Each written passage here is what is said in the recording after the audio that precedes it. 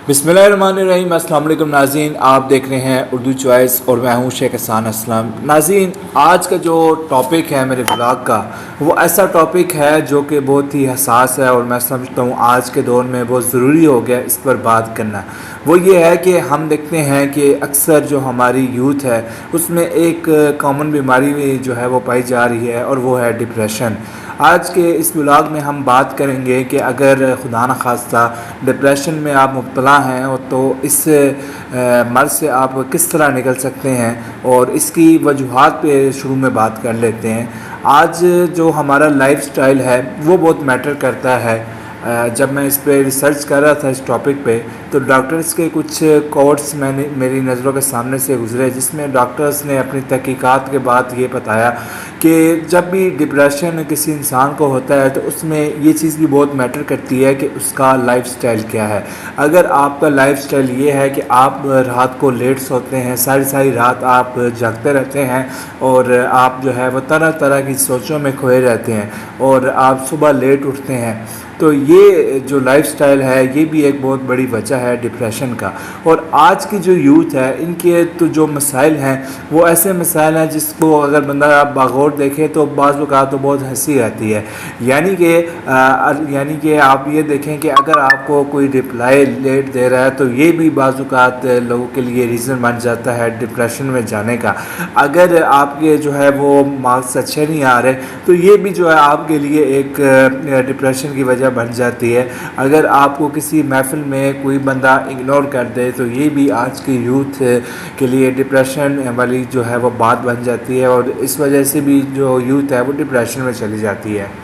देखिए, बात बहुत सिंपल रखने की मैं कोशिश करूँगा, बहुत सादा रखने की कोशिश करूँगा। डिप्रेशन की चाहे कोई भी वजूहात हो, लेकिन आप जब आपका ताल्लुक़ अल्लाह ताला से मज़बूत हो तो कोई भी डिप्रेशन, कोई भी बड़ी से बड़ी आजमाइश आपको तोड़ नहीं सकती। और जब आपका ताल्लुक़ अल्लाह से हो, इस्लाम से हो, तो फिर आप देखें कि अल्लाह के जो नबी गुज़रे हैं, हम तो आम लोग हैं, जो अल्लाह के नबी गुज़रे हैं वो किन किन आजमाइशों से गुज़रे हैं। यानी कि मैं अगर बात करूँ हज़रत यूसुफ़ अलैहिस्सलाम की, तो वो जब भी उनके बारे में हम सोचते हैं तो एक चीज़ हमें सोचनी चाहिए कि वो जब कुएं के अंदर थे तो उन्होंने अगर सोचा होता कि यार मेरा क्या बनेगा, मैं तो कुएं के अंदर हूँ, तो उन्होंने मिस्र का बादशाह बनना था। जब वो कैद के अंदर थे, और कैद भी उनकी बहुत लंबी है, कुछ रवायत में 8 साल है, कुछ में 10 साल है, अल्लाह बेहतर जाने, लेकिन वो बहुत एक लंबी कैद थी। तो अल्लाह ताला कादिर है आपको कैद से निकाल के बादशाह बनाने में, अल्लाह ताला कादिर है आपको कुएं से निकाल कर बादशाह बनाने में। तो अल्लाह ताला से जो है वो आपका जो कनेक्शन है वो मज़बूत होना चाहिए। और आपको एक छोटा सा मैं वाक़या सुनाता हूँ कि एक बहुत बड़ा जो है वो एक बिजनेसमैन था, उसकी जो है एक बहुत $1 मिलियन की एक डील करने के लिए वो जो है अपने मुल्क से दूसरे मुल्क जा रहा था। और क्या होता है कि किसी वजह से, ट्रैफिक की वजह से उसकी जो वो फ़्लाइट होती है वो मिस हो जाती है। तो वो बहुत ही जो है वो अपसेट होता है कि यार ये जो डील मैं करने जा रहा था इसके लिए मैंने कई साल इंतज़ार किया है, कई साल वेट किया है, और अब फाइनली जब मेरे पास ये अपॉर्चुनिटी आई है तो उसको जो है मैं अवेल नहीं कर पाया। और रश की वजह से, ट्रैफिक जैम की वजह से मैं बर वक़्त एयरपोर्ट पे नहीं पहुंच सका, जिसकी वजह से जो मेरी फ़्लाइट है वो मिस हो गई है।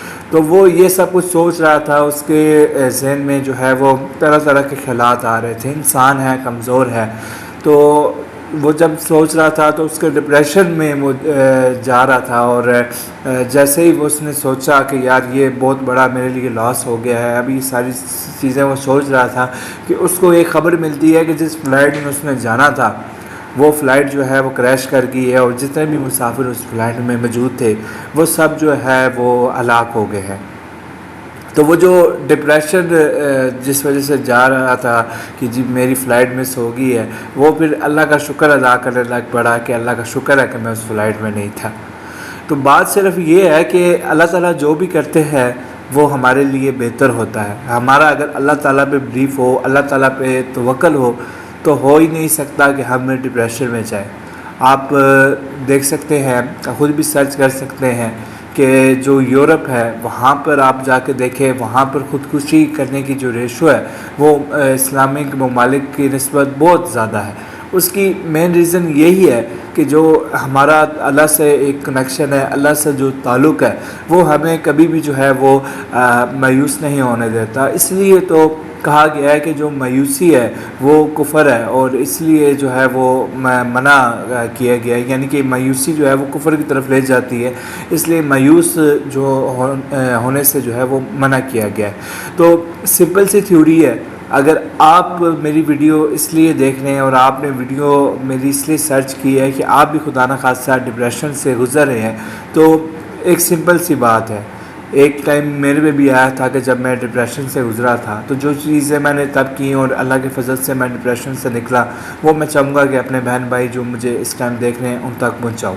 میں کوئی ڈاکٹر نہیں ہوں، ٹھیک ہے، لیکن میں آپ کو وہ چیزیں بتا رہا ہوں جو چیزیں کرنے کے بعد میں ڈپریشن سے نکلا۔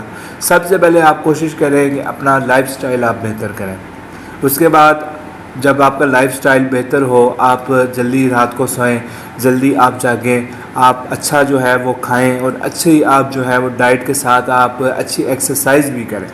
آدھا گھنٹہ انف ہے، اور ضروری نہیں ہے ایکسرسائز کا مطلب کہ آپ نے جم میں ہی جانا ہے، آپ واک بھی کر سکتے ہیں۔ آپ آدھا گھنٹہ واک کر سکتے ہیں، اور صبح کے ٹائم واک اگر آپ کرتے ہیں تو کیا ہی بات ہے۔ اور اس میں بات جس طرح میں نے پہلے بات کی وہ یہ ہے کہ اللہ سے جو ریلیشن ہے وہ اپنا مضبوط کرے۔ 5 وقت کی جب آپ نماز پڑھتے ہیں، اور نماز کا بھی یہ مطلب نہیں ہے کہ جسٹ آپ نے جو ہے وہ ایک عادت پوری کرنی ہے، یا آپ نے ایک جو ہے وہ بس آپ نے پوری کرنی ہے، بات پوری کرنی ہے، بلکہ آپ کوشش کریں کہ جو آپ نماز آپ پڑھتے ہیں، بچپن سے پڑھتے آ رہے ہیں، اس کا آج آپ جا کر ترجمہ پڑھنے کی کوشش کریں، اس کا مفہوم جاننے کی کوشش کریں۔ جب آپ رکوع میں جائیں، آپ سبحان اللہ العظیم کہہ رہے ہوں تو آپ کو پتہ ہو کہ اس کا کیا مطلب ہے۔ آپ جب سمیع اللہ لمن حمیدہ کہہ رہے ہوں تو آپ کو پتہ ہو کہ اس کا کیا مطلب ہے۔ آپ جب سجدے میں جائیں اور آپ سبحان ربی الاعلیٰ کہہ رہے ہوں تو آپ کو پتہ ہو کہ اس کا کیا مطلب ہے۔ اور اگر آپ اگر آپ فرضی نماز نہیں پڑھ رہے تو نفلی نماز پڑھ رہے ہیں، سنت پڑھ رہے ہیں، تو اس میں اگر آپ سجدہ لمبا کرتے ہیں تو وہ جو سکون ملتا ہے وہ آپ کو بہت مدد کرے گا ڈپریشن سے نکلنے کا۔ اور آپ ایک چیز یہ ذہن میں رکھیں، نماز پڑھیں جب بھی پڑھیں، کہ یار جتنی بھی میری زندگی میں ٹینشن ہے، پریشانیاں ہیں، یہ ساری ٹینشن پریشانیاں میرے اللہ کے صرف کن فیکون کہنے کی محتاج ہیں۔ اللہ نے کن کہہ دینا ہے اور ہو جانا ہے۔ اور اللہ تعالیٰ فرماتے ہیں کہ ایک وہ ہے جو تم چاہتے ہو، اور ایک وہ ہے جو تمہارا رب چاہتا ہے۔ اگر تم وہ کرو جو تمہارا رب چاہتا ہے تو تمہیں وہ ملے گا جو تم چاہتے ہو۔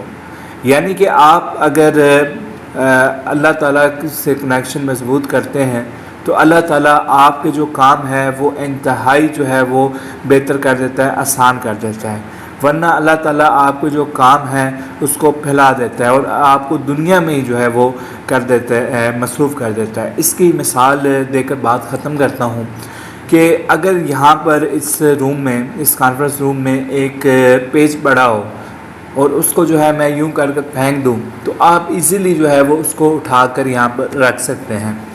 ادروائز اگر میں اس پیج کو اٹھاؤں اور اس کو جو ہے وہ پھاڑ کر چھوٹی چھوٹی پیسز میں یہاں پر پھیلا دوں پورے روم میں، اور پھر میں آپ کو کہوں کہ یار اس کو جو ہے وہ آپ کلیکٹ کرو، تو ظاہری بات ہے آپ کو ٹائم لگے گا اور آپ کو جو ہے مشقت کا بھی سامنا کرنا پڑے گا۔